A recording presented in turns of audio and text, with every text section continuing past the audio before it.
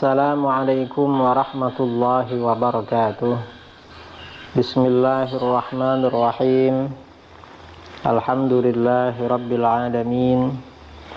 Lahul hamdu wa lahul fadlu wa lahus sana'ul hasan. Ashhadu an la ilaha illallah wahdahu la syarika lah.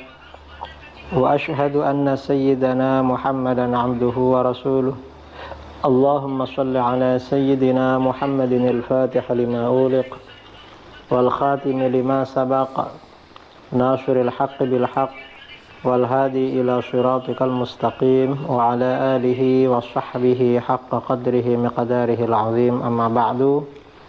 Saudara-saudara kaum muslimin dimanapun Anda berada, pada edisi kali ini kita akan berbicara tentang pembatal nasab Sadah Ba'alawi alaihimussalam itu bagaimana hukumnya. Karena akhir-akhir ini ada kelompok baru yang membatalkan nasabnya Sadah Ba'alawi. Dia menyelisihi seluruh ulama di seluruh dunia.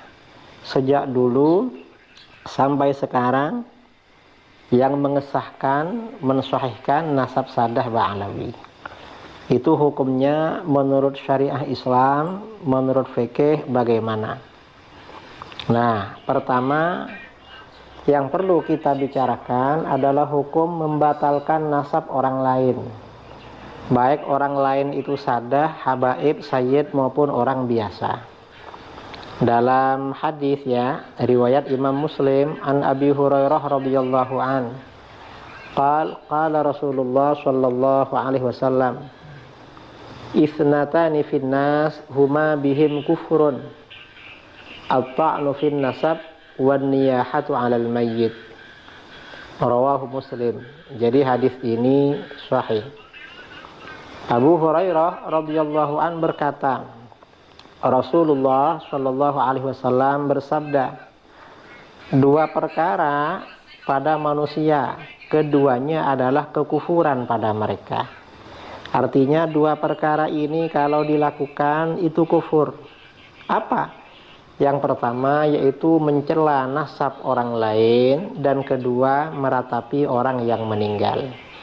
Ini hadis sahih riwayat Imam Muslim. Nah, hadis di atas memberikan pesan sebagai berikut ini.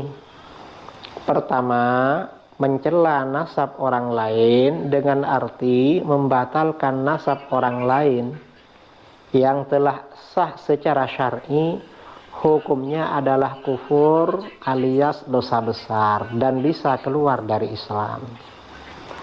Ini hukum membatalkan nasab orang lain. Jadi jangan main-main dengan nasab orang lain.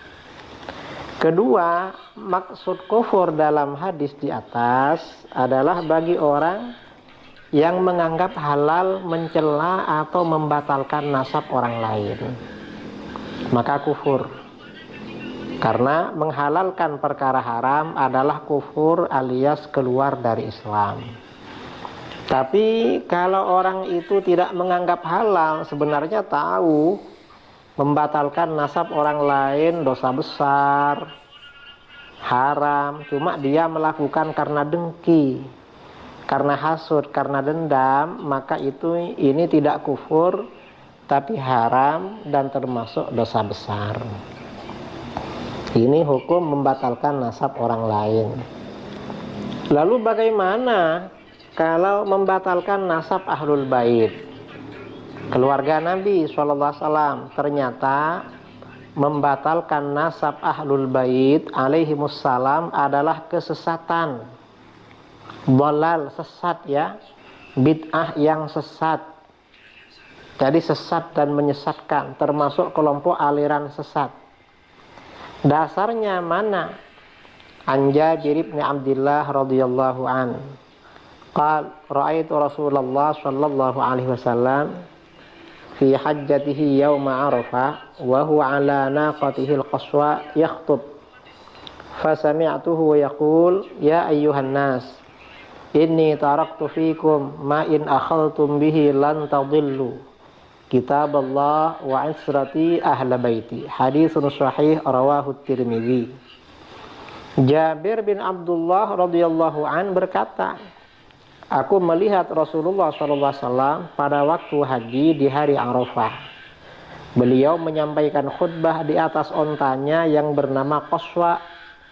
Aku mendengar beliau baginda bersabda, hai manusia, sesungguhnya aku meninggalkan sesuatu pada kalian.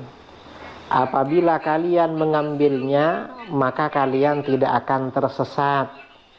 Apa itu? Yaitu kitab Allah, Al-Quranul Karim, dan kerabatku ahlul baitku. Ini hadis sahih riwayat Imam At-Tirmidzi. Kemudian riwayat lain, an Zaid bin Arqam radhiyallahu an qala Rasulullah sallallahu alaihi wasallam, inni tarikum fikum ma in tamassaktum bihi lan tadillu ba'di. Ahaduhuma a'zamu minal akhar. Kitabullah hablum mamdudum minas sama'i ilal ard. Wa israti ahlu baiti wa la yatafarraqa hatta yarida alayya al-hawd. Fanzuru kaifa takhlufuni fihima. Haditsun sahih rawahu Tirmidzi wal Hakim. Zaid bin Arqam radhiyallahu an berkata, Rasulullah SAW bersabda, sesungguhnya aku meninggalkan pada kalian sesuatu. Apabila kalian berpegang teguh dengannya, maka kalian tidak akan tersesat sesudahku. Salah satunya lebih besar dari yang lainnya, yaitu kitab Allah, tali Allah yang dibentangkan dari langit ke bumi. Dan kedua golonganku, yaitu keluargaku. Keduanya tidak akan terpisah hingga datang kepadaku di telaga Al-Kautsar. Maka lihatlah kalian bagaimana kalian memperlakukan keduanya sepeninggalku. Ini hadis sahih riwayat Imam At-Tirmidzi dan Al-Hakim. Riwayat berikutnya an Abi Sa'id Al-Khudri radhiyallahu an qala, sami'tu Rasulullah sallallahu alaihi wasallam yaqul, ya ayyuhan nas, inni taraktu fikum ma in akhadtum bihi falan tadillu ba'di. As-saqalain wa ahaduhuma akbaru minal akhar. Kitab Allah hablum mamdudum minas sama' ilal ard wa israti ahla baiti wa innahuma la yatafarraqa hatta yarida alayya al-hawd. Sahihun bi syawahidihi rawahu Ahmad wa Abu Ya'la wa Ibnu Abi Asim fi sunnah. Abu Sa'id Al-Khudri radhiyallahu an berkata, aku mendengar Rasulullah SAW bersabda, hai manusia, sesungguhnya aku meninggalkan pada kalian sesuatu. Apabila kalian berpegang teguh dengannya, maka kalian tidak akan tersesat sesudahku. Yaitu dua pusaka, salah satunya lebih besar dari yang lainnya, yaitu kitab Allah, Al-Quran, tali Allah yang dibentangkan dari langit ke bumi, dan kedua golonganku, yaitu keluargaku. Sesungguhnya keduanya tidak akan berpisah hingga datang kepadaku di telaga Al-Kautsar. Hadis sahih, ya, riwayat Imam Ahmad, Abu Ya'la, Ibnu Abi Asim dalam As-Sunnah. Lalu hadis berikutnya an Ali radhiyallahu an anna Rasulullah sallallahu alaihi wasallam qala, inni taraktu fikum ma in akhadtum bihi lan tadillu.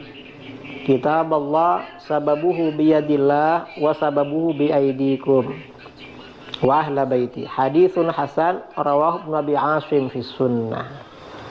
Dari Ali bin Abi Thalib radhiyallahu an karramallahu wajhah, bahwa Rasulullah sallallahu alaihi wasallam bersabda, sesungguhnya aku telah meninggalkan sesuatu pada kalian. Apabila kalian mengambilnya, maka kalian tidak akan tersesat. Apa? Yaitu kitab Allah. Ujungnya ada pada Allah dan ujung yang sebelahnya ada pada kalian. Dan kedua adalah keluargaku. Ini hadis hasan riwayat Ibnu Abi Asim dalam As-Sunnah.